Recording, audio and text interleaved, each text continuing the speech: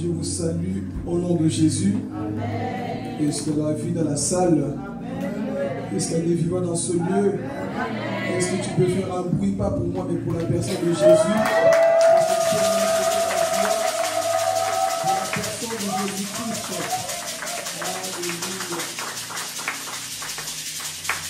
Gloire à Jésus. Prenez place tout doucement. Tu peux saluer ton voisin de gauche et de droite. Dis-lui comment tu vas.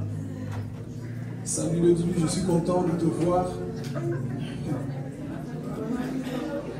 Nous sommes dans la joie qu'on ce matin, une fois de plus, pour glorifier Jésus. Alléluia, soyez bénis. Dieu vous bénisse. Amen, amen. Ok. Prenons nos Bibles. Si tu as ta Bible, prends-la. Et si tu as de quoi écrire, tu peux écrire le thème du message. L'appel du prophète Ésaïe. Tu peux écrire le thème. L'appel du prophète Ésaïe et le sous-thème examine-toi. Thème principal, l'appel du prophète Ésaïe, le sous-thème examine-toi. Alléluia. Gloire à Jésus. Est-ce que vous êtes prêts, peuple de Dieu? Est-ce que quelqu'un a soif d'entendre la parole ce matin? Ok, manifestez toujours la joie. Donc ici, nous allons prendre Ésaïe chapitre 6. On va aller le verset 1 jusqu'au 6. On va même aller jusqu'au 8. Gloire à Dieu. Ésaïe chapitre 6, le verset 1 jusqu'au 8. Gloire à Dieu.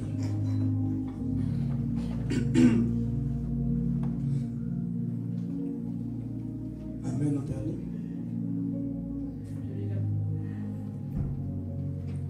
Alléluia. La parole au nom de Jésus. Amen.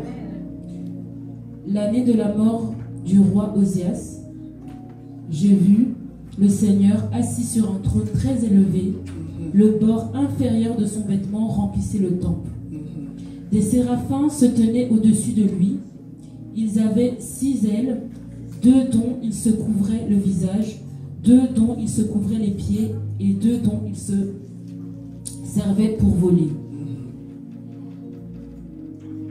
Ils se criaient l'un à l'autre, Saint, Saint, Saint est l'Éternel, le Maître de l'univers. Sa gloire remplit toute la terre. Les montants des portes se sont mis à trembler à cause de la voix qui retentissait et le temple a été rempli de fumée. Alors j'ai dit, malheur à moi, je suis perdu, car je suis un homme aux lèvres impures. J'habite au milieu d'un peuple aux lèvres impures et mes yeux ont vu le roi, l'Éternel, le Maître de l'univers. Cependant, l'un des séraphins a volé vers moi, tenant une braise qu'il avait prise sur l'autel à l'aide des pincettes. Il a touché ma bouche avec elle et a dit, puisque ceci a touché tes lèvres, ta faute est enlevée et ton péché est expié. J'ai entendu le Seigneur dire, qui vais-je envoyer et qui va marcher pour nous? J'ai répondu, me voici, envoie-moi. Amen. Amen, amen. Est-ce qu'on peut acclamer la parole? Alléluia. Gloire à Jésus. Amen, amen. Donc ce matin, sois attentif, aie le cœur ouvert. Si ton voisin est froid, change de voisin. Et si il est chaud, encourage-le. Amen. À être chaud. Parce qu'ici, ça sera un message de feu. Et quand c'est des messages de feu, moi, j'aime pas voir les têtes qui sont crispées comme si on est en train de prêcher le diable. Ici, on ne prêche pas le diable, on prêche Jésus. Et là où il y a Jésus, sens-toi libre. Je ne suis pas ce genre de prédicateur qui te met mal à l'aise. Ici, sens-toi libre. Amen. Parce que nous allons présenter la personne de Jésus. Et en écoutant la prédication, vous savez, parfois, on a cette habitude. Quand la parole est prêchée, on ne pense pas directement à nous. Quand la parole est prêchée, la première des choses qu'on fait, c'est ça c'est pour Jonathan. Ça c'est pour maman Chantal. Non, la parole d'abord c'est pour moi. Amen. Dis à ton voisin, la parole c'est d'abord pour moi. On a cette habitude, cette coutume dans nos églises. Je suis sûr, là-bas, il prêche le frère. Non, premièrement, c'est pour toi et moi. Quand je méditais ce message, moi-même, je me suis mis en question. Voilà pourquoi, Déborah, que Dieu te bénisse. Moi, les prédications qui me touchent, les exhortations qui me touchent, sont des personnes qui montrent comment sortir du problème. Pas des personnes qui te pointent que du doigt. Sont des personnes comme elle a fait. J'avais un problème, mais je suis parti demander pardon. Ça, c'est un modèle. Mais que de dire, oui, tu n'arrives pas à pardonner, c'est bien. Mais montre aussi comment sortir du manque de pardon. C'est ça qu'on veut dans nos églises. Pas toujours des personnes comme Esaïe. Vous allez voir Esaïe, au début de son ministère. Malheur à vous. Malheur à vous qui achetez des maisons. Malheur à vous qui vous enrichissez. C'était ça son message. Mais ce n'était pas encore son appel. Son appel commence au chapitre 6. Amen, l'église. Son appel commence au chapitre 6. Donc, ici, nous allons voir justement son appel et pourquoi c'est au jour que Osias est mort que Esaïe va voir la vision. Il est très important de comprendre ces choses. Amen. Alors ici, je suis dans l'introduction. Dans l'introduction, je vais tout doucement pour que tu comprennes le fondement du message. Et après, je vais bombarder, tu comprendras. Amen. Ok. Ici, la Bible dit que Esaïe était un prophète. Et moi, j'aime beaucoup Esaïe. C'était un prophète messianique. Mais qu'est-ce qui va se passer? Dites avec moi Osias. Osias, c'était le roi d'Israël de cette époque-là.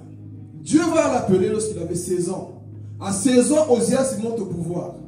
Et Osias avait bien commencé ce ministère, sa royauté. Il avait bien commencé. Il a fait jurer les ennemis de Dieu et tout ça. Il a commencé à construire des hôtels pour Dieu. Osias est un roi au moins appelé par Dieu. Et il a régné pendant 52 ans en Israël. Tout avait bien commencé. Mais vous le savez, l'homme parfois commence toujours bien. Mais à la fin, on a tendance à trébucher. Et Osias, il commence bien. Et à la fin de son ministère, il va faire quelque chose qu'il ne devait pas faire. Posez-moi la question laquelle. Osias va rentrer au temple. Et il va vouloir offrir des sacrifices. Il va vouloir brûler de l'encens pour donner à Dieu. Dieu n'a pas aimé ce geste. Vous savez pourquoi? Ce n'était pas son appel. Lui, son appel, c'était être roi. Et si dans cette introduction, je vais dire à quelqu'un, respecte là où Dieu t'a mis. Respecte là où Dieu t'a placé. Le problème, nous voulons toucher à tout. Nous voulons faire tout. Est-ce que Dieu t'a dit de faire ce que tu fais? Quand tu n'es pas dans ton appel, mon frère, tu vas te frustrer. D'où je dis aux gens, entre dans ton appel et sens-toi à l'aise là où Dieu t'a appelé. Mais on voit ici Osias. Il va rentrer dans le temple et commence à donner des choses que lui ne devait pas faire. Et ça nous rappelle le comportement de plusieurs personnes. Il avait une bonne idée. Vous vous souvenez de ce que j'ai dit avant une bonne idée, c'est quoi? Ce n'est pas parce que tu as une bonne idée que Dieu approuve. Beaucoup de personnes sont en train de ramener dans le ministère. Pourquoi? Dans les couples, pourquoi? Parce que tu es en train de faire quelque chose que Dieu ne t'a pas demandé. Oh, je vais parler. Mon frère, n'accepte jamais de rentrer quelque part si Dieu ne t'a pas confirmé. N'accepte jamais de rentrer dans une relation si Dieu ne t'a pas confirmé. Sinon, au Kokemba, tu vas pleurer. Même si le pasteur ou le prophète te force, mon frère, reste à ta place. Moi, avant de prêcher, les gens me disaient, hey, ce garçon parle de Dieu. Ce garçon connaît la Bible. Mais moi, dans ma tête, dans mon cœur, je disais, si Dieu ne me confirme rien, je ne prêcherai pas. Ce n'est pas parce que j'ai le don, je ne parle bien, que Dieu m'appelle à prêcher. Je me rappelle des mamans de cette époque-là. Hey, moi, il connaît la Bible. Et très souvent, nous rentrons dans le ministère parce que tel a dit. Ne rentre pas dans le ministère parce que tel a dit. Rentre dans le ministère parce que papa, ton Dieu, a parlé. Ne rentrez pas parce qu'on a des sensations, parce que ça marche bien. Le ministère, ce n'est pas une mode. C'est parce qu'on pense que le ministère, c'est ça. Le ministère, c'est plus que ça. Donc, ne rentre pas là où Dieu ne t'a pas placé. Beaucoup de personnes, bon, quand tu chantes, mon ami, tu peux avoir une belle voix. Dieu peut-être ne t'appelle pas chanter. On peut parler? Tu peux connaître la Bible par cœur. Dieu ne t'appelle pas prêcher. Ce n'est pas parce que tu connais que tu dois faire. Est-ce que Dieu a confirmé Osias? On va le lire comme ça, vous ne pensez pas que je dis des bêtises. On y va. On va parler de chronique. Regardez ce que Osias a fait dans cette introduction. Excusez-moi un peu pour ma voix, je ne suis pas en congrès. Donc si vous voyez un peu ma vérité, c'est normal. Mais nous allons quand même prêcher. Amen. Et est-ce qu'il y a des intercesseurs qui intercèdent pour moi? Il y a des sorciers qui disent qu'ils restent comme ça, ils ne prêchent pas. Message de paix. Est-ce qu'il y a des intercesseurs? Au nom de Jésus, on y va. 2 Chroniques 26, qu'est-ce que Osias a fait? Comme les étudiants de la Bible, on doit tout vérifier. Sinon, les théologiens diront, qu'est-ce qui s'est passé? Verset 16. Jusque 19. Le roi Osias, qu'est-ce qu'il va faire? Mais lorsqu'il fut puissant, son cœur fut si hautain qu'il provoqua sa perte. Il fit preuve d'infidélité envers l'Éternel, son Dieu, en pénétrant dans le temple de l'Éternel pour brûler des parfums sur l'autel des parfums. Attendez, on parle bien d'Osias ici. Hein? Qu'est-ce qu'il a fait? Il a pénétré où? Le temple de Dieu, c'est pour tout le monde, non? Il y a des choses qui sont réservées aux sacrificateurs. Amen. Tu rentres à l'église, tout n'est pas touché. Tout n'est pas à faire. Respecte la personne qui fait ce qu'elle fait. Amen. Le problème ici, Osias, l'orgueil est monté. Vous savez comment l'orgueil monte? Quand tu as trop de responsabilités, tu penses que tu es déjà arrivé. Vous connaissez Lucifer? Lucifer a perdu sa place comment? Dans les 3 archanges, il y a Michel, Gabriel et Lucifer qui faisait partie. Lucifer, c'était l'ange qui avait plus de responsabilités. Et comme il a vu que moi me confie beaucoup de choses, l'orgueil est monté. Osias, il devenait puissant. Un roi qui avait bien commencé, l'orgueil commençait à monter en lui. Et qu'est-ce qu'il va faire? Comme je suis roi, je peux me permettre. Et il rentre dans le temple, il force. Les sacrificateurs vont le conseiller. Ne le fais pas. Regardez, il va tomber malade, il va mourir. On y va. Le prêtre Azaria le suivit avec 80 prêtres de l'Éternel, des hommes courageux, qui s'opposèrent au roi Osias et lui dirent: Tu n'as pas le droit, Osias, d'offrir des parfums à l'Éternel. Ce droit appartient aux prêtres, aux descendants d'Aaron, qui ont été consacrés pour les offrir. Sors du sanctuaire, car tu commets un acte d'infidélité, et cela ne tournera pas à ton honneur devant l'Éternel Dieu. Amen. Vous voyez? Il commence mal. Tout ça parce que la fin de ce ministère, ce roi devenait puissant. Et les prêtres vont lui dire: non, fais pas ça. Il y a des personnes qui sont loin pour cette tâche-là. Ce n'est pas parce que tu es roi, parce que tu connais, parce que tu as gagné beaucoup de guerres, que tu peux te permettre d'offrir à Dieu. Mais lui, pris par la convoitise, par l'orgueil, il le fait quand même. Mais Dieu ne dort jamais. Dis à ton voisin, Dieu ne dort pas. Dieu ne dort pas. Voilà pourquoi tu dois respecter ta place là où tu es. On y va. Qu'est-ce qui va se passer? L'irritation s'empara d'Osias, qui tenait déjà en encensoir, et comme il s'irritait contre des prêtres, la lèpre éclata sur son front, sous les yeux des prêtres, dans la maison de l'Éternel, près de l'autel des parfums. Amen. Là, qu'est-ce qui s'est passé? À force de ne pas écouter, tu vas t'entêter. Il n'y a rien de pire qu'un prédicateur, un enfant de Dieu qui n'écoute plus les conseils. On a parlé, Osias, ne fais pas ceci. Hey, moi là, je suis loin. Tu es... Oh, je vais parler. Ah, toi tu es loin pour une autre tâche. Dis à ton voisin, toi tu es loin pour une autre tâche. Imagine-toi dans le football, il y a des gardiens, défenseurs, des avant-centres. Toi qui es gardien, tu vas aller devant. Mon frère, respecte là où Dieu t'a placé. Parce que si tu quittes ta place du gardien, qui va rester au goal? Osias, si tu quittes ta place du roi, qui va prendre le trône? Est-ce que vous comprenez? Tu veux quitter ta place pour aller faire les choses pour lesquelles tu n'es pas au moins. Beaucoup de personnes, c'est comme ça. Et c'est pour ça que nous ramons. Tu t'énerves, tu deviens frustré. C'est parce que tu es quelque part. Tu es en train de faire une chose que Dieu ne t'a pas appelé à faire. Voilà pourquoi tu rames aujourd'hui. D'où je dis, avant de mettre ton pied quelque part, sois-en sûr que Dieu a parlé. Sois-en sûr parce que là où nous allons, la vie n'est pas facile. Dieu m'appelle à chanter, Dieu m'appelle à prêcher, Dieu m'appelle à évangéliser. Tu es sûr que Dieu t'appelle à ça?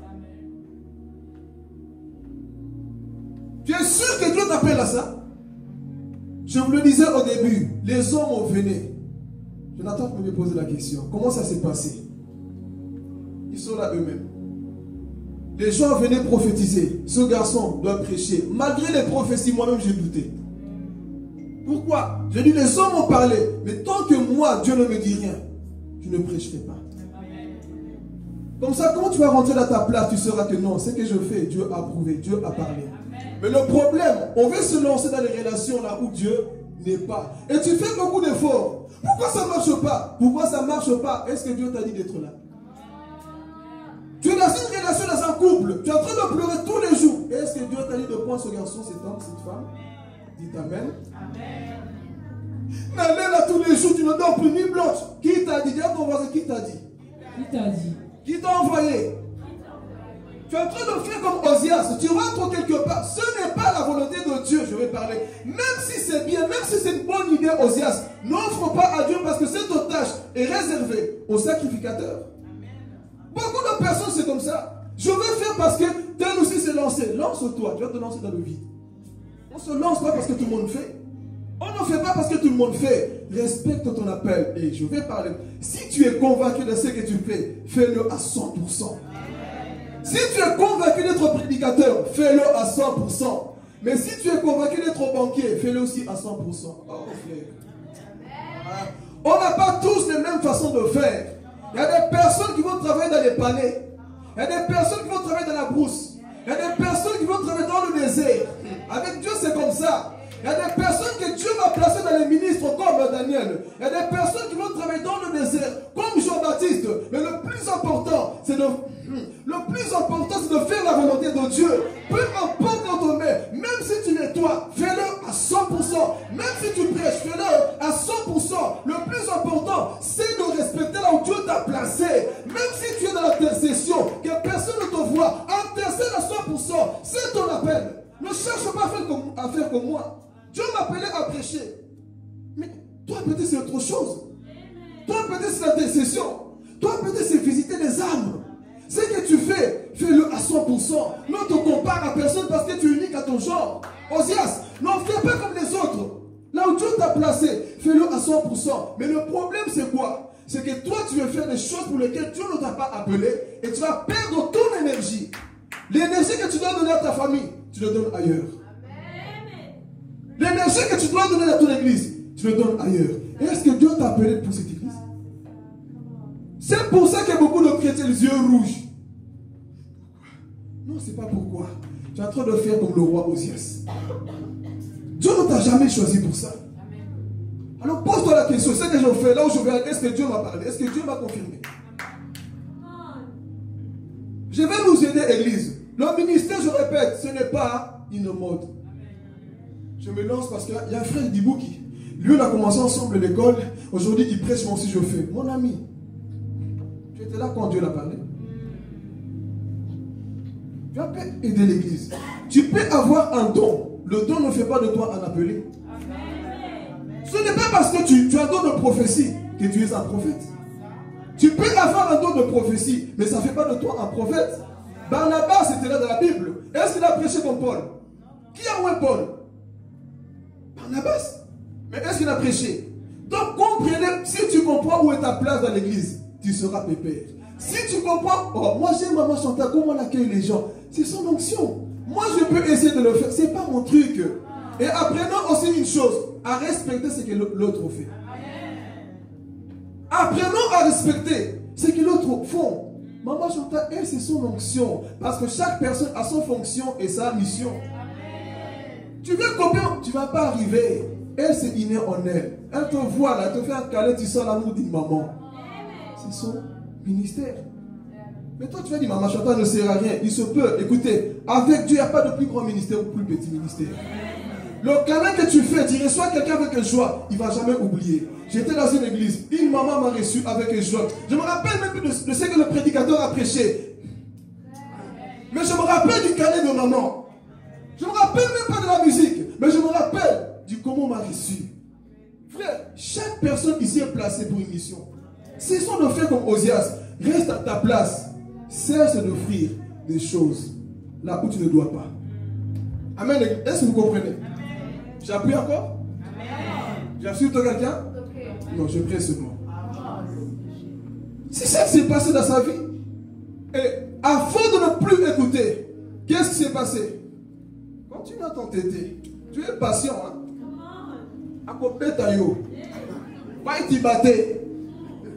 C'est ça qui s'est passé. Les prêtres le conseillaient. Hé, roi Osias, toi tu es loin pour être dans ton trône. Toi tu es loin pour la guerre. Oh, je vais parler. Il y a des personnes qui sont loin pour la guerre. N'essaye pas de faire comme David. C'est un adorateur, mais il dirige juste la guerre. Mais toi, Dieu t'a placé que pour la guerre. Toi, Dieu t'a placé pourquoi? Tu vois pourquoi tu perds ton énergie? Parce que tu es éparpillé, tu es gauche à droite. Respecte ton appel, fais-le à 100%. La Bible que je vous prêche ici, mes amis, ça n'a pas commencé aujourd'hui. C'est lorsque j'étais à Kilakikiaf, comme il disait, tu vas prêcher, que Dieu lui-même venait se révéler à moi. Je commençais à manger. Je peux te prêcher de Genèse à Apocalypse et d'Apocalypse à Genèse. Pourquoi? J'ai pris le temps de manger la Bible. Mais amène-moi un peu autre chose. Là, je vais bégayer. Mais je ne vais pas bégayer devant ma Bible. Mets-moi devant la mécanique, je ne connais rien. Mais mets-moi devant ça là. Je vais te sortir des scatologies, des révélations que tu ne comprends peut-être pas. Parce que c'est mon domaine et je le fais. Je le fais à 100%. C'est que Dieu te donne, fais-le à 100%. N'essaye pas d'imiter les gens. N'essaye pas de faire comme un tel. Fais comme Dieu t'appelle à faire les choses. Ne commence pas à imiter les gens. Toi, tu es toi. Dis à ton voisin, toi, tu es toi. Maman Lisa, toi, tu es toi. Dans ton onction de modération, toi, tu es toi. Oh Jésus. Est-ce que l'église peut comprendre cette maturité? Apprends à rester à ta place aussi. À fais ce que Dieu t'appelait et fais-le à 100%. Le roi Osias, oh, vous avez enlevé. Le roi Osias, mes amis, c'est ça qu'il fait. Et à force de ne plus écouter, non, moi je vais faire parce que j'ai étudié. Mon ami, tu peux étudier, mais est-ce que tu as l'onction? Moi j'aime les disciples là-bas. Des personnes qu'on mettait de côté. Mais lorsque l'onction est venue, mon ami, entre la théologie, je ne dis pas que c'est pas bien. La théologie veut tout simplement dire étudier ce que Dieu dit. Mais entre la théologie et l'onction, je préfère l'onction. Parce que l'onction fait de nous des lions. L'onction, il te donne un simple verset. Tu vas le prêcher. La manière comment tu vas l'interpréter, il y a un feu qui va... Oh. Aimer l'onction plus que la connaissance bidon parfois. Le problème avec nous, c'est ça. Non, tu vois, comme je connais, moi c'est carré. Mon ami, tu vas mourir avec tes carrés. Désirez l'onction avant toute chose. Et nous allons avancer à force de ne plus écouter. J'arrive dans la prédication. Tu es dans l'introduction. L'introduction des introductions. Il va arriver ici. Il n'écoute pas. Ok. Bam. Maladie sur le front. Lèpre. Il y a des gens qui ont des lèpres spirituelles. Au lieu d'écouter, tu es en train de t'entêter. Abandonne. Lâche prise. Dis à ton voisin, lâche prise. Lâche prise. Lâche prise. C'est pas pour toi. Laisse la fille d'autrui. Lâche prise. Ah, pas d'amen.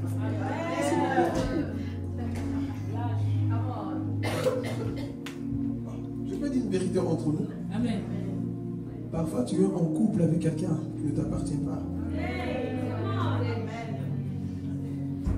Il n'y a pas beaucoup d'amen.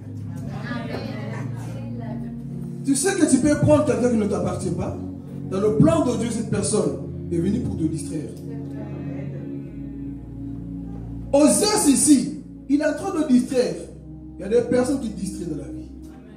Ce que tu fais n'est pas pour toi. Tu es en train de mettre des barrières pour des personnes qui sont appelées à faire la chose. Je vais dire aussi notre vérité. Ça, prenez-le avec sagesse. On est prêt? On peut tous être ici. Je prêche, tu chantes, tu fais des choses. Mais sache que si Dieu envoie un vrai prédicateur appelé, tu sais que tu dois t'asseoir. Amen. Ah, ça on ne comprend pas. Amen. Je peux jouer au piano. Mais si un autre pianiste est mieux que moi, il craint Dieu, je dois avoir l'humilité de dire il fait mieux que moi, je me retire. On ne dit pas amen, hein, parce qu'on veut toujours être comme Osias.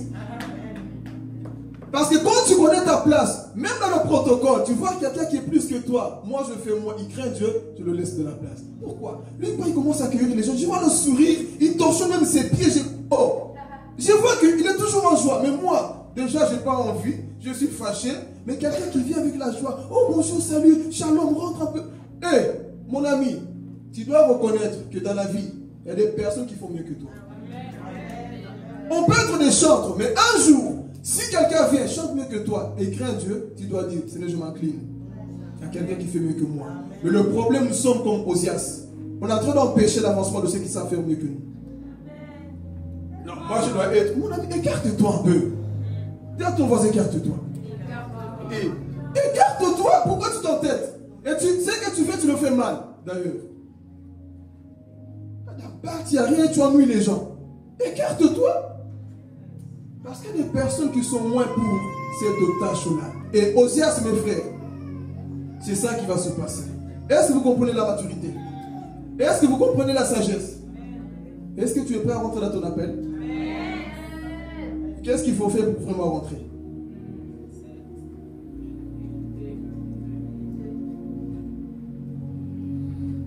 S'il y a beaucoup de scandales dans le milieu chrétien, c'est parce que tous veulent faire.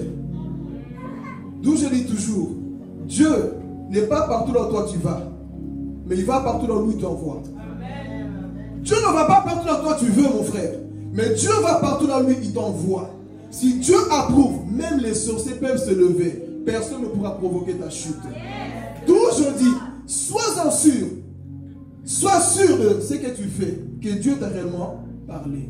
Comme ça, quand les combats viendront, tu pourras dire comme Pierre, comment je vais arrêter de prêcher? Si je l'ai vu, il m'a dit, tu seras l'apôtre de la grâce. Mais le problème avec nous, c'est ça. Nous voulons faire des choses parce que tout le monde fait. Ne fais pas des choses parce que tout le monde fait, sinon tu vas souffrir. Amen. Ok, nous allons rentrer dans le message maintenant.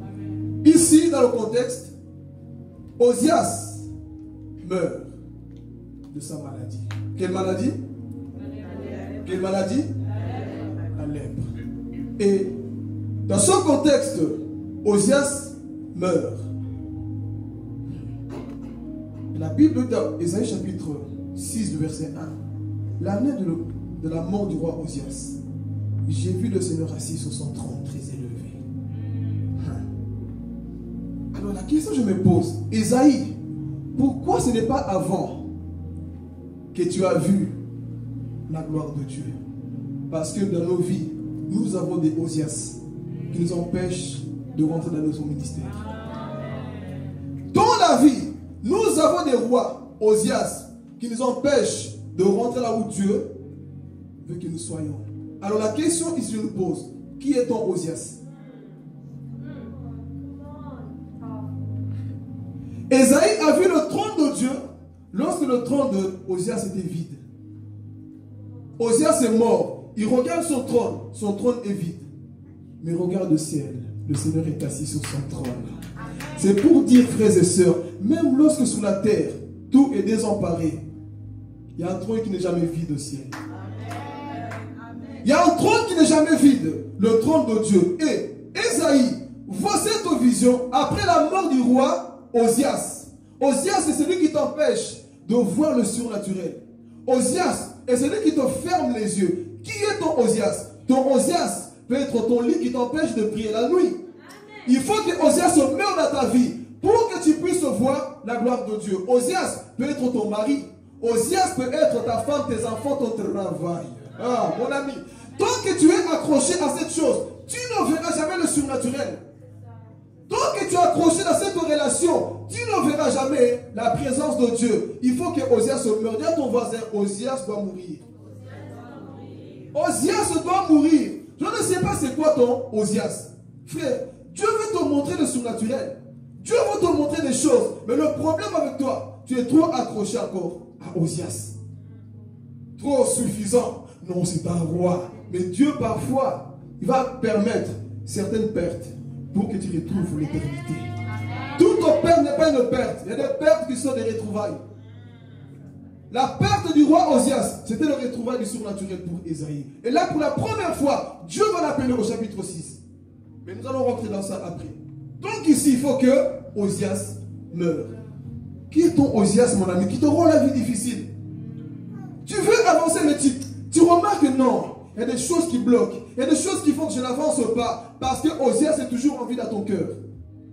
Osias bloque beaucoup de choses dans ton cœur. Et Dieu te dit ce matin, laisse Osias partir. Laisse Osias mourir. Si tu veux rentrer dans ton appel. Et c'est ce jour-là que Ésaïe a vu la gloire de Dieu. Et nous allons maintenant avancer dans la vision. Qu'est-ce qu'il a vu, Église? Ésaïe, dans cette vision, voit que Osias est mort. Et qu'est-ce qu'il voit?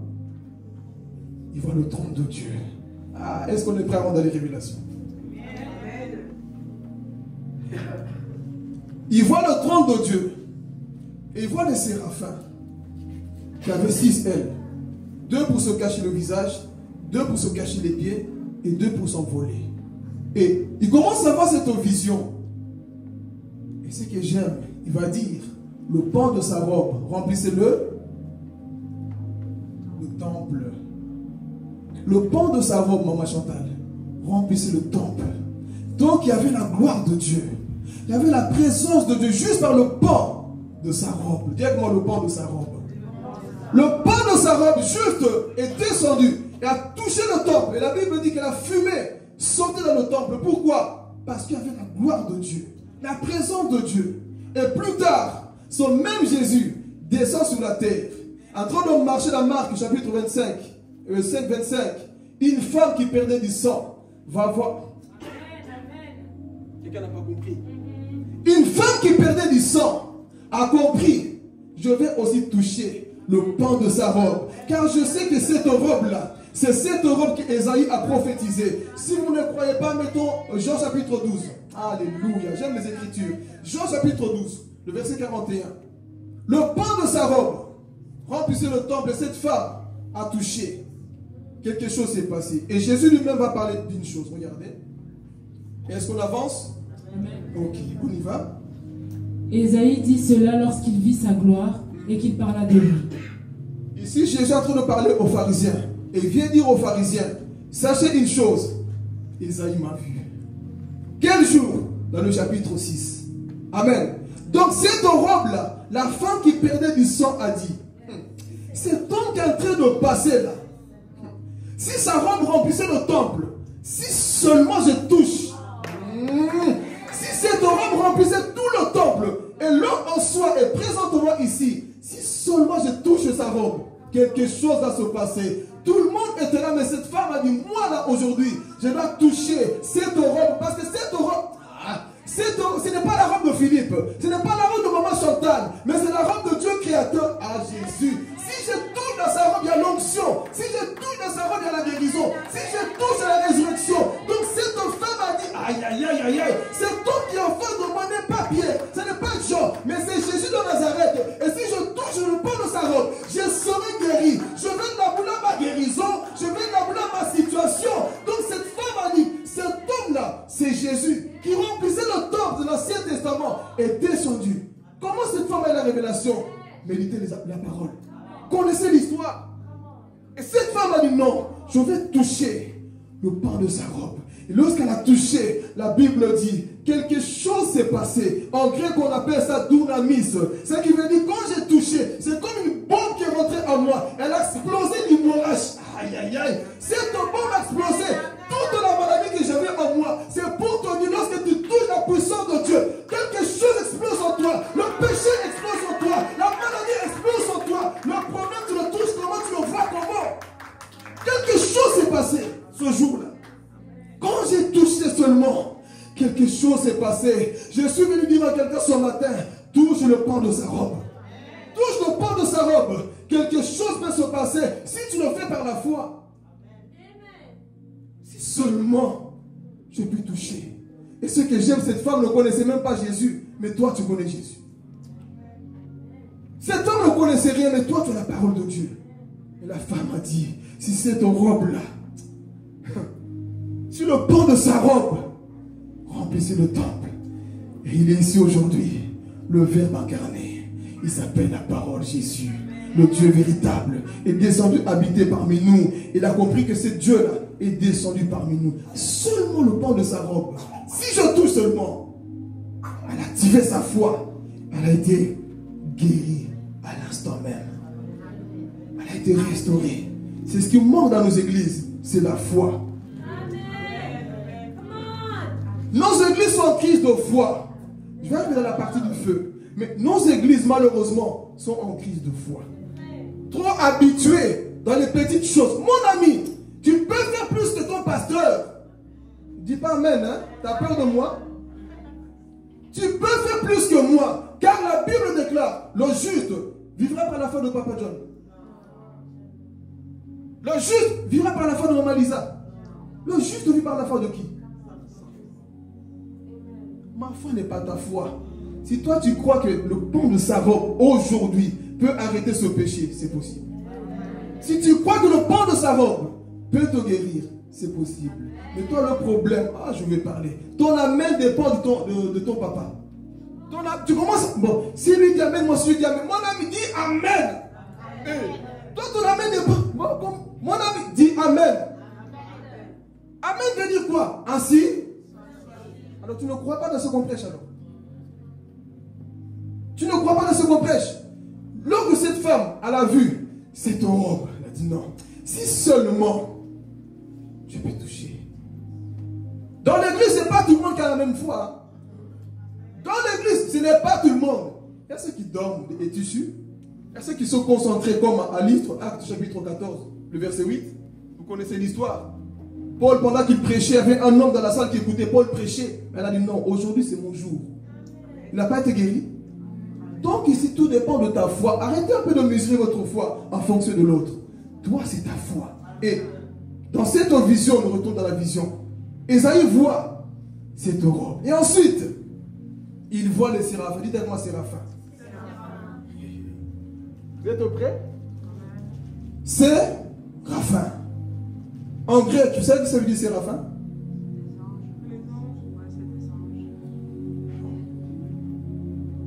Séraphin veut dire celui qui brûle.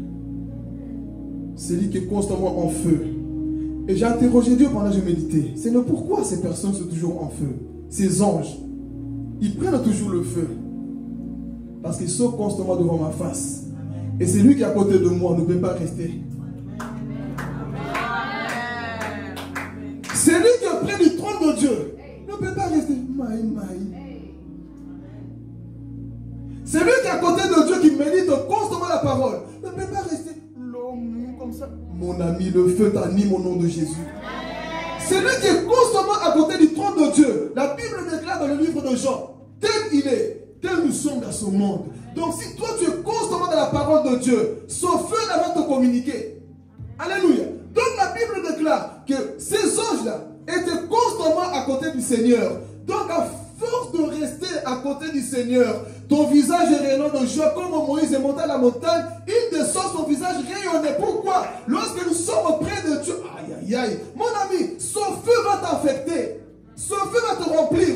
Donc on dit séraphin qui veut dire ardent, brûlant. C'est pour dire, plus tu es près de Dieu, plus ce feu va t'animer. Plus tu es, oh mon ami, lorsque son feu t'anime, il n'y a plus de place pour le péché. Il n'y a plus de place pour l'incrédulité. Il n'y a plus de place pour le doute. Il n'y a plus de place pour la peur. Et la Bible déclare que ces séraphins étaient là constamment et disaient entre eux, Saint, Saint, Saint est l'Éternel Dieu Tout-Puissant. Le ciel et la terre sont remplis de sa gloire. Saint, Saint. Notre rôle lorsque nous sommes sanctifiés, c'est de dire Dieu est saint. Lorsque Dieu te remplit, tu dois dire Dieu est saint. Il n'y a plus, tu vois, tel le fait ça, mon ami. C'est lui qui est rempli de Dieu et dans l'adoration. C'est lui qui est rempli de Dieu. Commence à adorer le Seigneur. C'est lui qui est rempli de Dieu. N'est pas tiède, mes frères et sœurs. Que le feu te communique, te remplisse. Donc ces anges-là, c'était pour nous enseigner. C'est lui qui est à côté du Seigneur. Il y a un feu qui brûle en lui. Et c'est ce même feu que je sens ce matin. C'est lui qui te dit que le chrétien ne sent pas le feu. Il est déjà mort. Qui t'a dit ça? Dis à ton voisin, qui t'a dit ça? Des chrétiens qui viennent à l'église sans feu, sans rien.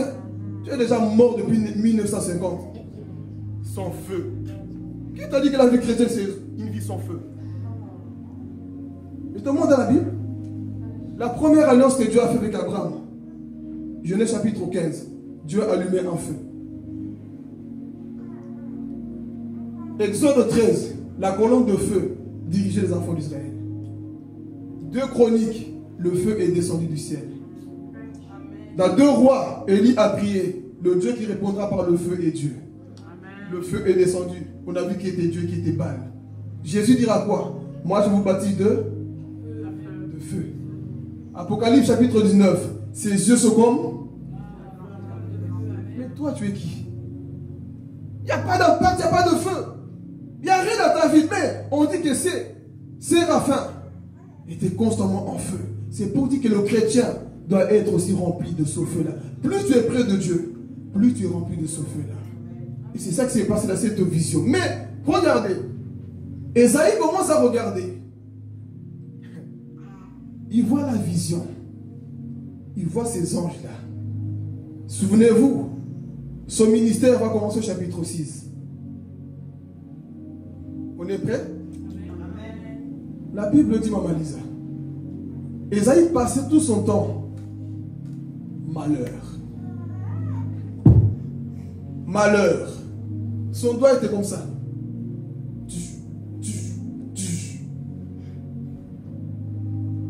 Mais Dieu va mordre son doigt. Baisse ton doigt.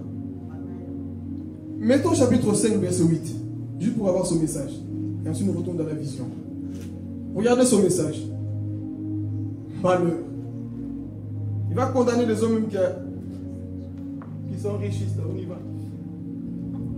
Malheur à vous qui ajoutez maison à maison et qui joignez champ à champ jusqu'à ce qu'il n'y ait plus d'espace, au point que vous êtes les seuls à habiter au milieu du pays. Ok, continue. Ça, c'est le message avant de rencontrer la vision. Voici ce que m'a fait savoir l'Éternel, le Maître de l'univers. C'est certain, ces nombreuses maisons seront dévastées, ces grandes et belles maisons n'auront plus d'habitants. Continue.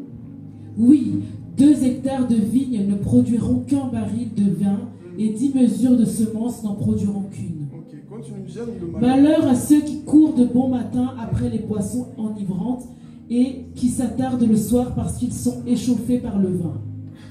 Voyez ce message? Malheur. On ne dit pas que c'est pas bien ce qu'il prêchait. Mais ton message doit être accompagné toujours de quelque chose. Amen. L'onction, la compassion. C'est bien de dire aux gens, malheur, malheur à toi. Et ça, chapitre 6. Qui maintenant va dire malheur? On n'a pas dit malheur à moi. Alors j'ai dit, malheur à moi, je suis perdu, car je suis un homme aux lèvres impures. J'habite au milieu d'un peuple aux lèvres impures, et mes yeux ont vu le roi, l'Éternel, le Maître de l'univers. Tu as compris maintenant? Avant de dire, merci Judith, avant de dire aux gens, malheur, malheur, comme je disais Déborah, je reviens à ce que tu disais, il est très important, mon ami, de dire aussi ton problème. Ça compte quoi de dire ton problème? Malheur à vous qui achetez maison sur maison. Malheur à vous ceci. Mais toi-même, le jour que tu vas rencontrer Jésus, tu diras aussi malheur. Parce que j'ai compris une chose. Dans la présence de Dieu, même les péchés les plus enfouis, toi tu penses que tu n'as pas de péché.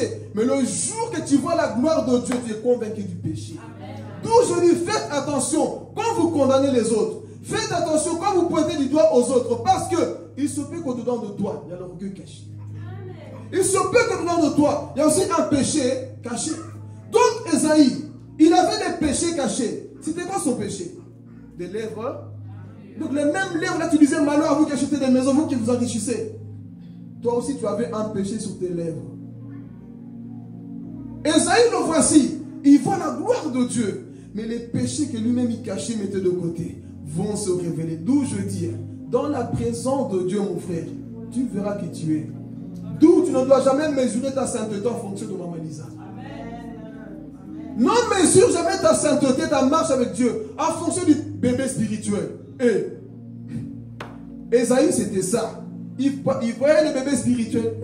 Il a couché, il a volé. Moi, je suis saint. Mais attends, le jour que tu verras la gloire de Dieu, toi-même, tu verras que tu es un menteur. Le problème, c'est ça. Bon, quand Maman Chantal sèche beaucoup l'église, moi, je suis mieux. Mon ami, ce n'est pas parce que ton péché n'est pas visible que tu es plus sanctifié que c'est lui qu'on a attrapé. Chacun de nous cache des choses parfois qu'on ne dit pas. Et vous savez c'est quoi le problème avec ce genre de personnes? Le jour qu'ils vont tomber dans un péché, ils ne vont jamais confesser. Posez-moi la question, pourquoi? Pourquoi? Tu as montré une image de trop saint. Tu auras même la honte de dire que moi aussi ça m'arrive de pécher. D'où je dis, c'est ça de montrer toujours une image que nous sommes parfaits. Personne n'est parfait à part Jésus. Personne n'est parfait à part Jésus. Faites un peu comme Déborah. J'avais du mal à pardonner dans ça, je l'ai fait et Dieu m'a aidé. Plutôt que de dire, oui, tu ne pas. Mon ami, parle aussi comment Dieu t'a sorti d'un point. On a vu avec Jonas, pour ceux qui n'étaient pas là, un prédicateur qui n'avait pas de compassion, qui voulait que Ninive soit quoi? Détruit. Exterminé. Mais Dieu l'a fait comprendre, j'ai compassion de Ninive aussi. Est-ce que toi tu peux être comme ça aussi? Plutôt chaque fois, malheur à ceci. Et ici, Esaïe, il voit la gloire de Dieu. Lui-même, il se rend compte qu'en fait, moi-même, je suis un menteur aussi. Alors toi aussi, quel est ton péché caché ce matin? On répète souvent, nous aussi, nous étions dans le vol, mensonge, orgueil, tout ce qu'on veut. Et nous luttons encore. Parce que tant qu'on est encore sous la terre, avec cette nature adamique, nous allons lutter avec le péché. Tu veux être un bon prédicateur? Apprends aussi à dire que tes faiblesses, ça ne marche pas. Tu veux être un bon conseiller? Apprends aussi à dire aux autres. Je dis, tu vois? J'ai même une servante de Dieu qui a dit, tous les pasteurs là qui vous disent, oui, moi je prie tout le temps, je n'ai jamais de faiblesse, ce sont des menteurs. Et c'est vrai. Je vous le dis ici, ce n'est pas tous les jours qu'on se réveille. Il y a des jours où tu bailles. Ah, Seigneur, aujourd'hui c'est compliqué. Il t'amène. On n'est pas des robots. Vous croyez quoi? C'est tous les jours que tu te réveilles. Bon, Dieu d'Abraham, je l'avais le visage, là tout va bien. Il y a des jours, le réveil, sinon tu regardes. Il est l'heure. Il t'amène. Pas l'hypocrisie que nous sommes aujourd'hui. Non, moi je prie Seigneur du temps. Moi je fais. Mon ami, tu mens. Il y a des jours, ils ont passé. Ouvrir la Bible, tu dis, hey, Seigneur. La fois passée, quand je lisais les versets, me sautaient comme ça. Mais aujourd'hui, j'ai l'impression que. C'est ça qui prouve qu'on a besoin de la grâce. Mais toi, tu fais comprendre aux gens que non, tout va bien, mon ami. Il n'y a pas de jours de baisse dans ta vie. Est-ce qu'il n'y a pas parfois comme ça? Quand on part à l'hôpital, comment on appelle cet appareil là qui monte, qui descend là? Monitoring. Et c'est ça qui prouve que la personne vit, non? Mais quand la ligne elle est droite, ça veut dire quoi? Quelqu'un n'a pas compris? Quand il fait ça, ça veut dire quoi? Il y a des chrétiens, leur vie c'est comme ça. Moi je suis comme ça, tu es mort. Parce que c'est lui qui vit, on voit qu'aujourd'hui tu es comme ça, tu es comme ça. La vie, oh, c'est ça de faire croire aux gens que toi tu es toujours. Non! Il y a des jours, moi-même qui vous parle, il y a des jours c'est comme ça. Mais je suis en train de faire en même temps, je monte, je saute, je vais vers le ciel. Mais si tu es toujours toi comme ça, tu es un tombeau blanchi qui fait semblant d'être parfait. Oh, c'est lui qui est vivant en Christ, sa vie elle est comme ça, elle est comme ça, elle est comme ça, elle est comme ça. Mais le plus important, c'est que je ne fais pas comme. Oh, quelqu'un n'a pas compris. Le plus important, c'est que je ne fais pas comme ça. Mais c'est que je fais ça. J'avance. Mais si toi ta vie, ligne droite, tu es mort. Il y a beaucoup de chrétiens morts comme ça. Hypocrites, menteurs que nous sommes. On croit qu'on est déjà arrivé. Montrer aux gens, tu vois, moi c'est ligne droite. On t'a déjà débranché. On va bientôt t'enterrer. Sois-en sûr. Un chrétien qui est comme ça toujours. C'est pas normal. Je retourne à la Bible. Romains 7,14. On va voir l'homme de la grâce qui est plus que nous tous réunis ici. Qu'est-ce qu'il va dire? Et toi, tu vas me faire croire que tu es plus que lui. Romains 7,14. C'est ça l'hypocrisie, frères et sœurs. Nous savons en effet que la loi est spirituelle, oui. Mais moi, je suis marqué par ma nature, vendu au péché. Vendu où? Au péché. Qui parle ici? Paul, c'est qui? C'est lui qui a vu Jésus, l'apôtre de la grâce. Plus que nous tous ici. Mais il se rend compte de quelque chose. C'est quoi? La suite nous dit quoi? Je ne comprends pas ce que je fais. Je ne fais pas ce que je veux et je fais ce que je déteste. C'est Paul qui est Paul, mes frères et sœurs. Attention, hein. Je ne suis pas en train de vous pousser de dire, ah, le péché c'est normal. Être fait, comprenez. Je sais que je ne parle pas au bébé. Comprenez ce que je dis. Je n'ai pas déformé ce que je prêche. Mais il se rend compte d'une chose ici. Bien que je prêche, bien que je fais tout, mais parfois ma vie, vous savez. Donnez-moi le nom de l'appareil. Vous allez le dire parce que les Français, parfois, je préfère parler en langue. C'est Moni quoi? Monitoring. Monitoring. chrétiens, frères et sœurs, lorsqu'on voit le monitoring, hein, tu es comment? Ligne droite. J'ai bien expliqué, hein, montagne russe. Mais le plus important, c'est que je saute les montagnes. Tu n'as pas compris, hein? Tu n'as pas compris. Mais la révélation des choses viennent maintenant. Vous savez, parfois c'est gros, non? Parfois c'est petit, non? Parfois c'est droit, non? Parfois c'est petit, non? Ça révèle aussi ta marche chrétienne. Il y aura parfois des épreuves que tu dois faire. Déchire-moi pas dans le ciel. Il y a des épreuves parfois, tu dois sauter trop haut. Il y a parfois des épreuves, bon, tu fais juste ça. Mais il y a des épreuves parfois qui demandent, hé Seigneur, si je saute, est-ce que je vais réussir? Monitoring, monitoring. Donc il y a des problèmes parfois dans la vie. Tu auras l'impression que là, n'a pas filé l'eau. Mais tu dois juste dire, Seigneur, ça n'a pas été facile. Et quand spirituellement, Satan va ton monitoring. Quand Satan va ton monitoring, dit, oh, comment il a fait? Il a fait ça. Moi, je pensais que c'était droit. Mais je vois que Maman Lisa, en 2024, elle a traversé une épreuve. Cette épreuve, normalement, venait pour l'achever. Cette difficulté, normalement, venait. J'ai tout enlevé. J'ai tout séché dans sa vie. Mais elle a réussi quand même à faire monitoring. Et quand Satan prend, quand Satan vient ton monitoring, qu'est-ce qu'il dit? Comment il a fait dans cette épreuve? Il a tout perdu. J'ai tout enlevé. Mais il a réussi quand même à sauter. Comment il a fait? C'est ça la vie chrétienne. Mais si Satan voit, toi tu es toujours avancer, avancer. Mon ami, parfois c'est pas toujours avancer. Il y a des jours, prends un peu de recul pour mieux. Prends du recul pour mieux. Prends du recul pour mieux. Et Satan vient dans le monitoring. Que dans sa marche chrétienne, il y a eu des moments là où il a fait. Vous avez compris? Il y a des jours comme ça dans ta marche chrétienne. Donc ce n'est pas tous les jours. Non, tout va bien. Je ne dis pas que comment tu écoutes ça aujourd'hui, tu peux dire, bon, j'ai envie d'abandonner. Qui a déjà eu envie d'abandonner? Soyez sincères, ici c'est une église qui dit la vérité. Je n'aime pas l'hypocrisie, moi, toujours au top, menteur. Voilà, dites la vérité. Voilà, que Dieu vous bénisse. La fille d'abandonner le Seigneur. Qui a déjà eu cette envie-là? Vous savez, hein, moi j'aime l'équilibre, hein, vous aider, nous aider. Toi, peut-être tu as levé la main aujourd'hui. Tu sais pourquoi? Tu as rencontré la fin de ta vie, là où tu dois sauter plus haut. Mais je ne peux pas le faire parce que sinon ici, vous me tapez la main ici. Amen. Mais tu as rencontré la fin de ta vie, là où la montagne elle est comme ça. Mais laisse-moi t'annoncer une bonne chose. Après ça, ça deviendra comme ça. Mais celui qui n'a pas encore levé la main, peut-être il va passer là où toi tu es passé. Et attention, toi peut-être tu as réussi. Il se peut que lui ne réussira pas à sauter. Donc on n'a pas tous parfois les mêmes épreuves. Hein. Il y a des personnes qui traversent. Quand je vois Cindy, non. Cindy, tu es forte. Je sais pourquoi je dis ça. Amen, amen. Moi je ne sais pas. Hein. Si je pourrais. Tu peux témoigner. Amen. Témoigner. Il y a des personnes qui ont besoin de ton témoignage. Quand je vois ce qu'elle a traversé, parfois j'écoute juste certaines personnes. Et moi, si je perds juste mon fils, moi, il y a des personnes, frères et sœurs. Non. Voilà, pour respecter la foi des gens. Vous pensez, je ne veux pas pour des bébés. Cindy, tu n'es pas un bébé spirituel. Amen. Merveille, tu n'es pas un bébé spirituel. Amen. Tu as traversé des choses que beaucoup n'ont pas su traverser. Et vous allez traiter de ces personnes de bébés.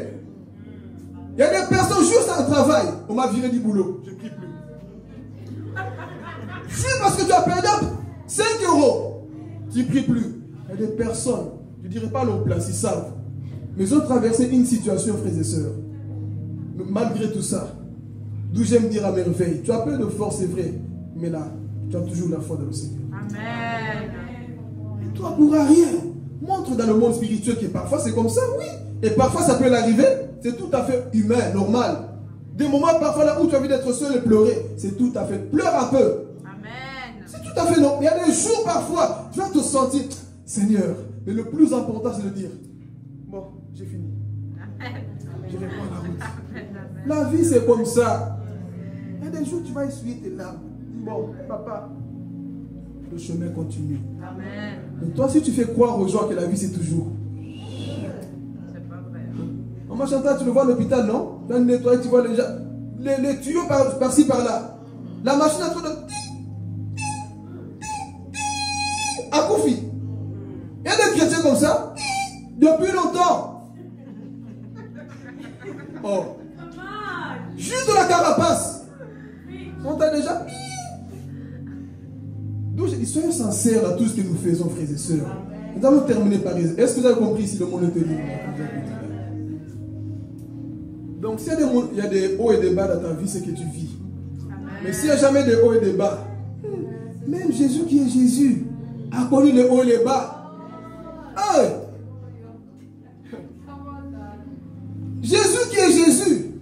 Comment un Dieu va demander à ses 3 disciples, venez prier pour moi? C'était le moment de... Jésus a commencé le ministère comment? Sois guéri. Au nom de Jésus. Bon, il ne dit pas au nom de Jésus. Lève-toi cela. Parce qu'il dit qu'il était Jésus.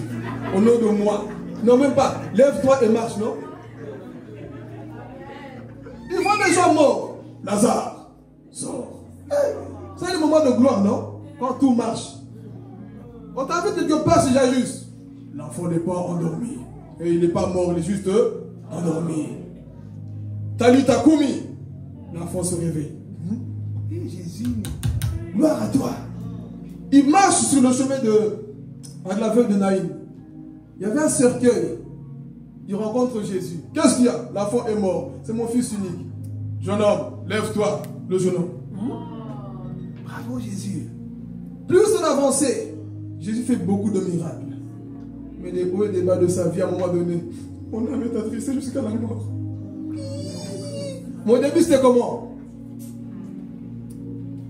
Le ministère. Mais Jésus connaissait son ministère. C'est pour ça qu'il n'a pas abandonné. Quand tu sais où tu vas, malgré les épreuves, malgré les difficultés, tu ne vas pas abandonner. Et je vais parler, attendez. Je vais parler. Même quand tu sais avec qui tu es en couple, quelles que soient les difficultés de la vie, si Dieu t'a confirmé, tu vas garder la personne. Peu importe.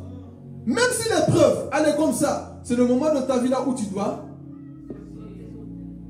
Mais c'est ta génération. Dès que ça ne marche pas, les coachs aujourd'hui, quitte-le, et puis la bouche en plus, il est comme ça, il est laid, il n'est pas moche, il n'a pas l'argent, il n'a pas de voiture, il n'a pas Lamborghini, quitte-le. C'est pas ce qu'on fait aujourd'hui. Cette génération encourage plus à se séparer que de se réconcilier. Si ça ne marche pas, coach a dit que si fouille ceci, mon ami, parfois je parle au mari parfois, tu vas même rencontrer des choses qui vont te... Mais si Dieu t'a dit c'est elle ou lui, main de la main, avançons. Main de la main, avançons. Mais cette génération, non, parce qu'il ne s'est pas fait le fou, moi je divorce. Il ne s'est pas fait des pattes, je divorce. Mon ami, si la personne ne s'est pas fait des pattes, toi fais des pattes. Oui, mais moi je suis un homme. Cuisine aussi, non? Amen. Cuisinons aussi. Mais nous, non. Dès qu'il y a des problèmes, vite, j'abandonne. Mais quand tu sais où tu vas, mon frère, ma soeur, tu ne vas pas lâcher. Tu vas persévérer. Et Jésus savait là où il allait. Au moment de sa vie, tout était bien. Guérison, miracle, tout ce qu'on veut. Mais quand il a su que le propre Judas avec qui tu marches va te trahir, son cœur battait fort. À tel point que sa sueur était comme du sang. Jésus. Ah oui, il y a des jours, ta bestie. Qui est vacciné? Il y a des jours, ta bestie va te trahir comme jamais. La meilleure amie, ton fils, David est passé par là. Son propre fils Absalom se tourne contre lui. Mais David a compris, j'étais loin à être roi. Si tu sais où tu vas, peu importe ce que tu vois, tu dois dire en fait, c'est ça les combats du ministère. Je ne dois pas abandonner, changer mon langage à cause de ce que je vis. Je dois malgré tout persévérer. Et Jésus a su tout ça. Son bestie ou sa bestia, je ne sais pas comment là. Judas, il connaissait l'adresse. Ça fait mal, hein? Tout est secret, tout est blanc. On les a dévoilés gauche à droite. On vient t'arrêter. Jésus a changé la vie? Non. Parce que Jésus a compris, la vie c'est comme ça. Tu dois sauter. On commence à le fouetter. Lui qui n'a rien fait, arracher la barbe. Couronne d'épines. 3 clous sur lui. Mais est-ce qu'il a abandonné? Jamais. Parce qu'il connaissait son ministère. Et il est parti jusqu'à la fin. Mais ceux qui ne sont pas appelés, détachez-moi, la croix fait mal.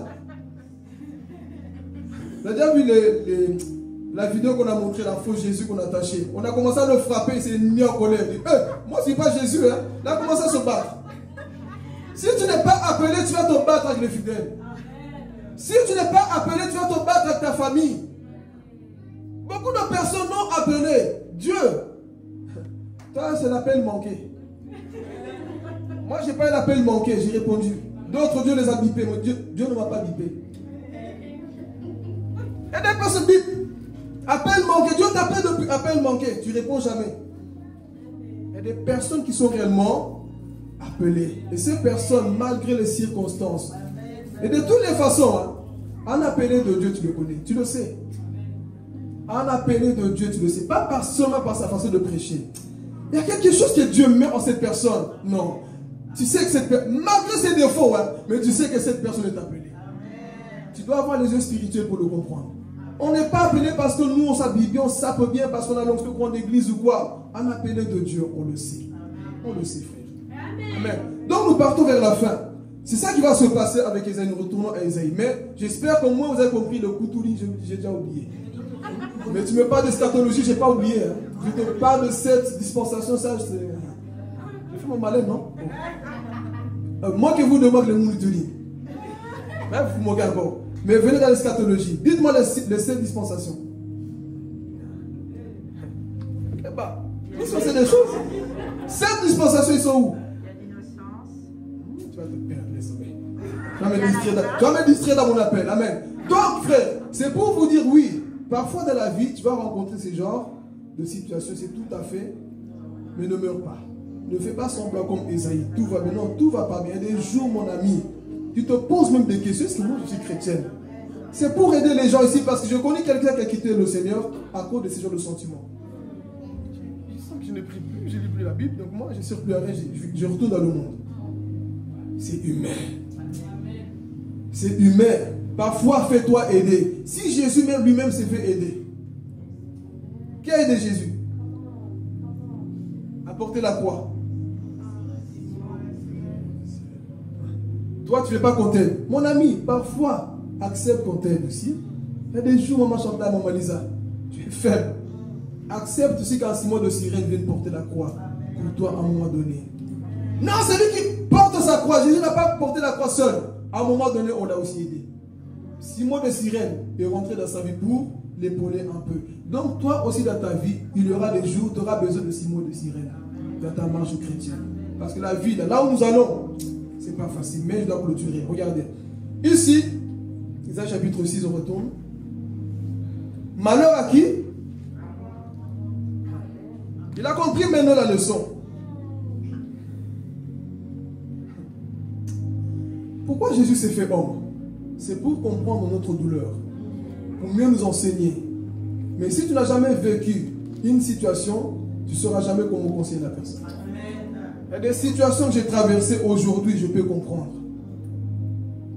Il y a des problèmes que j'ai traversés dans ma vie. Quand j'ai conseillé aux gens, moi, à un moment donné, j'étais dur un peu avec eux. Ah, toi aussi, t'exagères, oui, mais ça, c'est pas... Mon ami, moi-même, je suis passé par une phase très compliquée de ma vie. Et quand je conseille aux gens, je sais comment parler. Parce que je sais la douleur que tu as lorsque tu as la même chose. C'est pour ça que Jésus a dit, moi aussi, je dois me faire homme, comme au chicote, que je vive la trahison. Comme ça, je peux les comprendre quand ils pleurent aussi. Jésus est celui qui pleure lorsque tu pleures. Quand tu souffres, il est là aussi avec toi. Donc, pour mieux aider une personne, Cindy, tu vas aider beaucoup de personnes. Tu vas aider des personnes en dépression. Des personnes qui disent, mais comment tu fais? Et c'est une parenthèse. Comment tu fais? Il y a des personnes que Dieu... Je peux parler? Il y a des personnes que Dieu permet parfois, qui traversent des situations compliquées. Vous savez pourquoi? C'est pour qu'au travers de toi, tu puisses aider les autres. Quelqu'un n'a pas compris. Tout le monde n'aura pas la même situation que Cindy.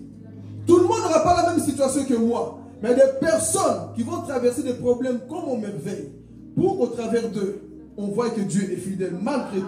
Et tu peux perdre des choses. Et je vais encore équilibrer une autre chose. Tout le monde ne sera pas riche. Amen. Mais je sais aussi qu'il y aura des riches. Il y a des riches ici. Ne dites pas Amen. Hein? Mais attendez. Tu sais pourquoi tu dois être riche?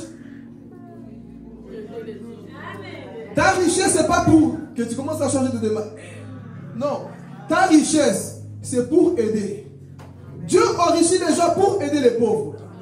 Donc si nous tous sommes les pauvres, là, oh, il y a quoi? C'est pour ça qu'on doit encourager les Jonathan, les hommes riches. Tu dis pas Amen, hein? Les Tesla. Amen. Il y a des personnes, nous je dis, Dieu doit placer nos frères et sœurs parfois dans les places là. Vous savez pourquoi? On ne va pas toujours manger chez les païens. Si y a Jonathan qui est là, Jonathan il peut me dépanner. Jonathan, j'ai besoin de 10 euros, 5 euros là-bas. Tiens mon frère, même garde-le pour toi. Mais si nous-mêmes on n'a rien, toujours manger chez les païens. Vous malgré ré baba baba, mais vous n'avez rien. Il faut le ré baba baba, mais vous avez aussi des sous. Comment les Arabes réussissent? Parce qu'ils sont soudés entre eux. Ils s'aident. Mais nous, mentalité africaine, dès que quelqu'un monte, il a touché la sorcellerie, il ne doit pas aller loin. C'est pour ça qu'on n'avance pas africain. Mentalité trop étroite. Oh. Dès que quelqu'un réussit, business commence à avancer. Je suis sûr qu'il va se perdre. Je suis sûr. Mon ami, intercède. Qui sait qu'au travers de lui, vous allez sortir de la malédiction? Oh, vous ne comprenez pas. Qui sait qu'au travers de lui, tu vas sortir de cette misère?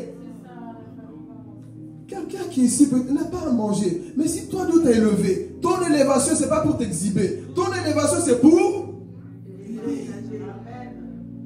Amen. Donc, on n'aura pas tout le même appel. Mais si toi, tu sais que Dieu t'a appelé à faire ça, à faire des business que tu fais, fais-le à 100% en craignant le Seigneur.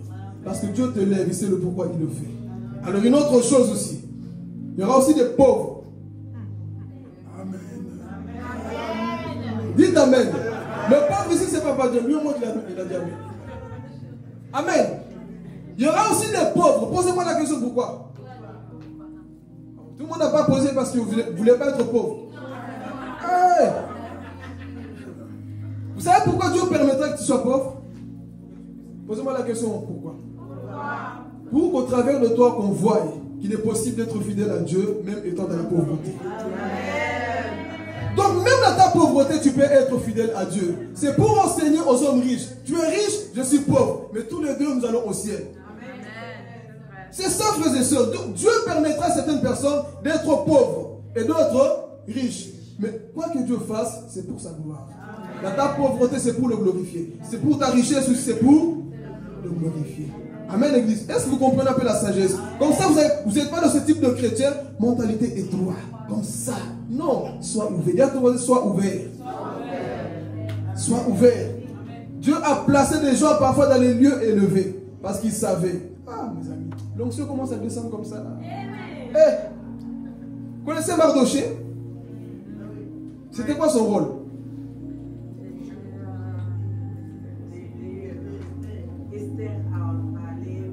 C'est juste tout ça. Son appel, c'est juste faire apparaître les autres. Il y a des personnes que Dieu appelle, pas pour que toi tu apparaisses, mais pour que toi tu fasses apparaître les autres. Si l'église ne comprend pas cette maturité, on va où? Il y a des personnes qui ne seront jamais connues. Mais Dieu va les utiliser pour qu'ils puissent éduquer un enfant à l'école libre. Mais qu'au travers de toi qu'on dise non, il y a une éducation de maman. Il y a une éducation ici de merveille. Merveille n'est peut-être pas connue, mais les fruits de merveille vont parler un jour. Connaissez John Wesley? Sa mère avait 10 enfants. Et sa mère, chaque nuit, priait pour chaque enfant. Et parmi ces enfants, il y a des personnes qui étaient des présidents à cette époque, des ministres de Dieu. Et John Wesley, on parle beaucoup de lui. Si vous allez en Angleterre, dites seulement c'est qui John Wesley. Tout le monde le connaît, mais son éducation, sa maman, chaque nuit, a posé les mains sur les enfants. Mais sa maman, on ne le connaît pas. Mais qui ne connaît pas John Wesley? Donc, chaque personne est appelée différemment, mes frères et sœurs.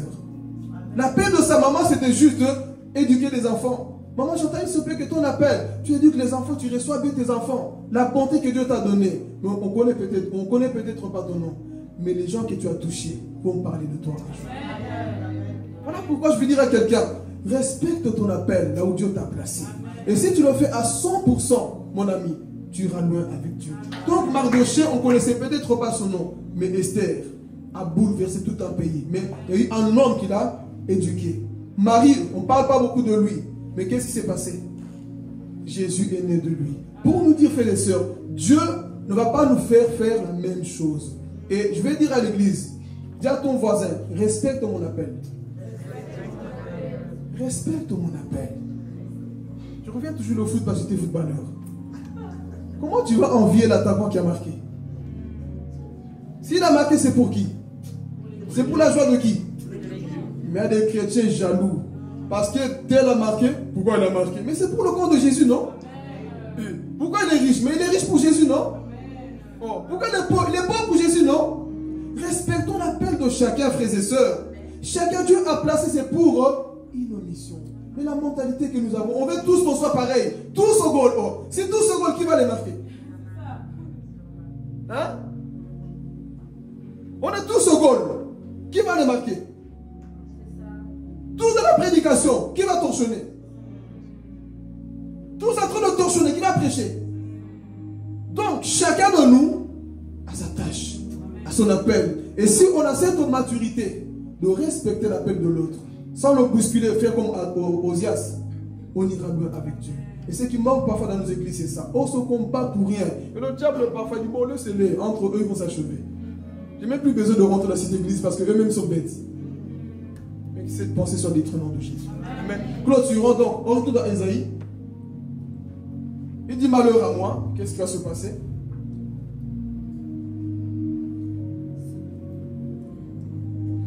Cependant, l'un des séraphins a volé vers moi, tenant une braise qu'il avait prise sur l'autel à l'aide de pincettes. Il a touché ma bouche avec elle et a dit, puisque ceci a touché tes lèvres, ta faute est enlevée et ton péché est expié. Amen. On a touché où? Toi, ton péché est où?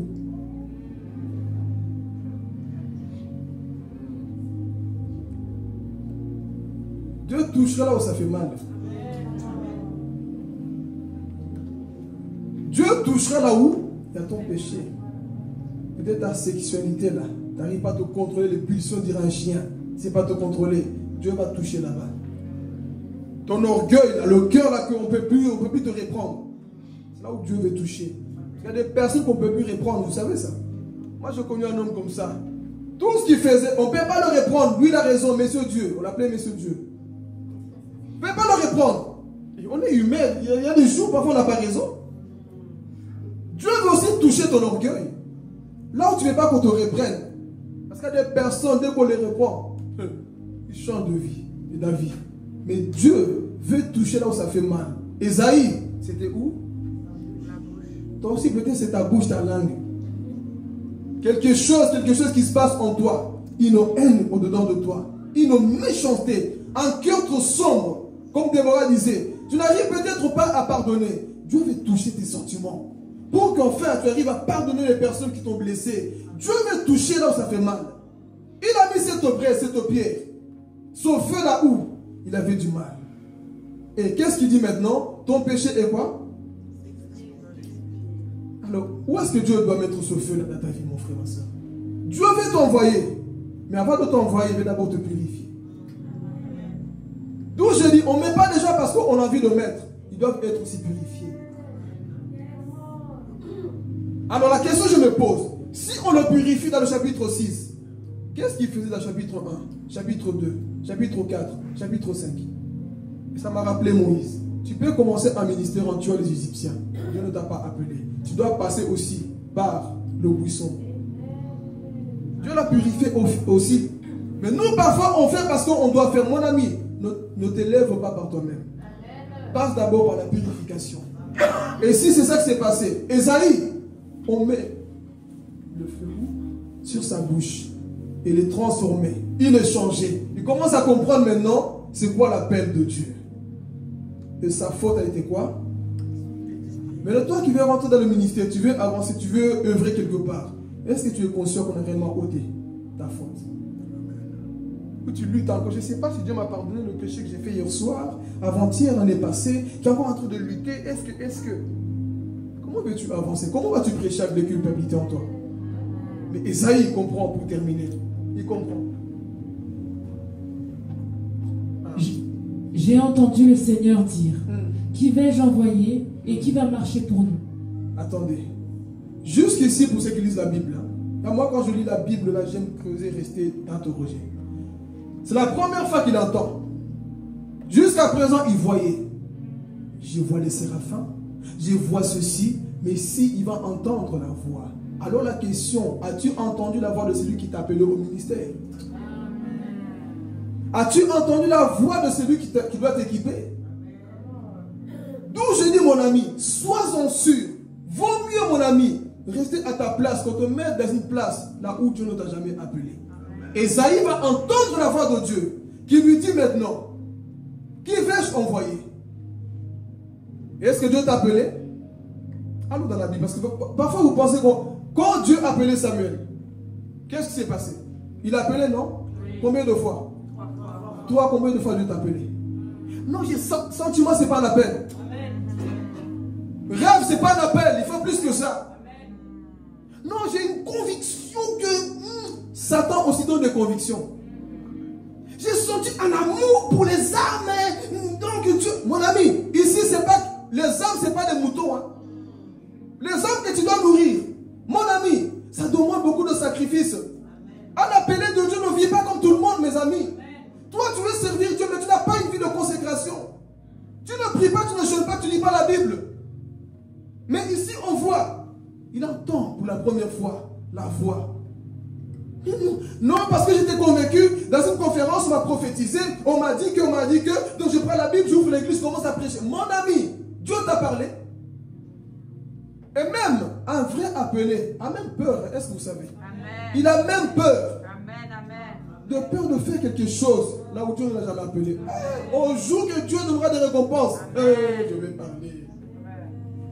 Seigneur, tu vois, j'ai gagné 50 000 âmes et tout ça, donc... je ne t'ai jamais appelé à ouvrir une église. Moi, je t'ai appelé à être banquier pour que tu enrichisses les autres. Mais toi, tu as perdu ton énergie dans quelque chose que moi, je ne t'ai jamais appelé. Et ce qui est bien parfois, ça marche quand même, hein, mais tu perds des récompenses. Sinon, moi, j'étais tout le temps dans les rues, j'évangélisais. Moi, je ne t'ai jamais appelé à évangéliser. Oui, mais la conviction, moi, la conviction que je sentais, ce n'était pas toi. Non, c'est Satan. Amen. Donc parfois, comme je dis toujours, tu peux avoir une bonne conviction, une bonne idée. Qui te dit que c'est Dieu? Amen. Tu dois avoir parfois cette crainte, ce respect, de dire, si ce n'est pas toi, je ne mets pas les pieds. Est-ce que tu as entendu la confirmation? Ce sont des sensations. Moi aussi, j'ai des sentiments, des sensations. Pour une soeur à l'époque, je voulais déjà témoigner. J'ai des sensations, des sentiments pour une soeur. Oh, je l'aime. Mon cœur bouillonnait pour la soeur. Je faisais même des rêves. Et si je devais me baser sur ça, j'allais dire quoi? Écoute, sister, cette nuit, tu es ma baby, j'ai rêvé de toi. Ah oui? J'avais des... Hey, écoutez, tu sais quand tu as de forts sentiments pour quelqu'un, tu vas finir par rêver. Quand tu penses tout le temps à la personne, tu vas finir par rêver. Et c'est Dieu. D'où je dis, pour le ministère, il faut plus que des rêves et des sensations. Il faut la voix claire de Dieu. La voix vraiment qui te dit, Judith, moi je t'appelais à faire ça. Et Dieu, quand il t'appelle, il t'équipe pour ce que tu dois faire. Mais toi, Dieu t'appelait, il t'a rien dit. Beaucoup d'appelés peuvent. Dieu m'appelle, appel manqué, bipé. Beaucoup d'appels, mais ne rentrent pas dans leur. C'est plus que ça, frères et sœurs. Quand Dieu appelle, il équipe. Il appelle Abraham, va, je te montrerai. Il donne toujours un plan, mais toi, Dieu t'appelle, il n'y a pas de plan. Tu vas où? Je dois faire. Tu vas où? Je vais en enfer. Tu vas où? Quand Dieu appelle une équipe, bon, je t'appelle à chanter pour comme ça, ton message, parle comme ça, fais ceci. Mais toi, mon ami, je suis appelé, hein? En quoi? Je suis appelé. Mais en quoi? Je suis appelé. Oh, tu t'énerves même. Je suis appelé, oui, appelé en quoi? Je joue au foot, mais quelle place? Je joue au foot. Quelle place? Je joue. Un joueur, toi? Un joueur qui ne connaît même pas sa place? Et je me rappelle même quand j'ai commencé, Jonathan, fouteur que j'étais. J'avais pas la mentalité du bled. Je pensais que jouer, c'est courir derrière le ballon partout. Et je ne savais même pas qu'il y avait pas de place. Des positions. Moi, c'est courir, je courais vite. Et l'entraîneur, voilà, il faut toujours des personnes qui étaient là avant toi. L'entraîneur m'a dit, bon, tu cours vite, cette vitesse-là, je te mets dans l'aile, à côté. Comme ça, tu peux aller, descendre et monter. Ta place, ce n'est pas aller en attaque. Tu dois te mettre sur le côté. Il a su discerner. et il m'a mis sur le côté. Et là, je jouais bien. Mais quand tu as personne pour t'encadrer, pour t'aider, tu vas faire quoi? Courir, Gattuso, tacler tout le monde. Pourquoi? Parce que tu ne connais pas ta mission, ta place. Il est très important, mon frère, ma soeur, que dans le ministère, dans le corps du Christ, que tu saches où est ta place. Et Ésaïe ici, il entend la voix de Dieu. Pour la première fois. J'entends la voix de Dieu me dire, qui enverrai-je? Et qu'est-ce qu'il va répondre? On va terminer par là. Me voici, envoie-moi. Hein? Qui t'a envoyé dans le chapitre 1 alors? Attendez. Tu peux faire des choses pour Dieu qui marchent, hein? S'il est sataniste, il faut des choses qui marchent avec l'onction de Mishaki. Tu crois que toi-même, si tu commences à utiliser le nom de Jésus, ça ne va pas marcher? Tu peux faire des choses là où les âmes sont touchées, ils pleurent, ils sont même guéris. Beaucoup me diront Seigneur, Seigneur, mais tu peux faire des choses qui marchent. Tu ouvres une église, ça grandit. Plusieurs personnes. Qu'est-ce que Dieu t'a dit? Qui t'envoie? Pourquoi tu dis maintenant, me voici, envoie-moi? Oui, Seigneur, toi tu m'as déjà envoyé dans le chapitre 1, donc pourquoi tu cherches encore quelqu'un d'autre? Il pouvait s'interroger. Mais il dit quoi? Me voici, envoie-moi. Est-ce que tu es prêt pour que Dieu t'envoie aussi? Vous avez compris les étapes là où il est passé cet homme-là. Il fallait qu'un homme disparaisse. Osias. Il a vu clairement la vision de Dieu. Il a entendu. Il a été confirmé.